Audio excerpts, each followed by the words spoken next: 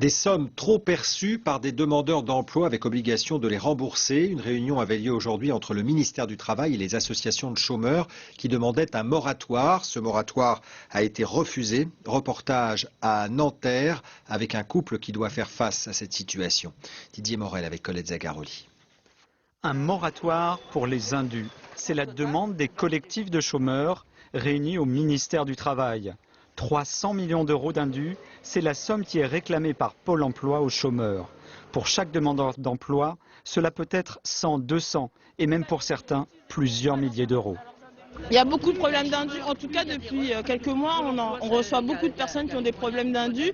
Et quand on les accompagne, en fait, on se rend compte que c'est une erreur de Pôle emploi. Cette maison des chômeurs vient en aide chaque semaine à de nouvelles personnes, comme ce couple. 280 € d'indus en décembre, une erreur de Pôle emploi qui a été difficile à faire reconnaître.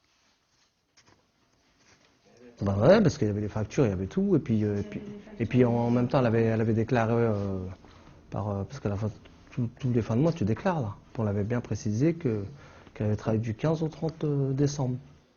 Dans un cas sur deux, ces indus sont vraiment des trop perçus, mais là, c'est encore plus compliqué de faire face quand la somme atteint, comme ici, plus de 4 000 €.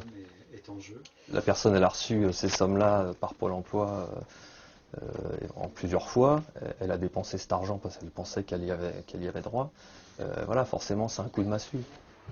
Ce matin, les collectifs de chômeurs n'ont pas obtenu de moratoire sur les indus.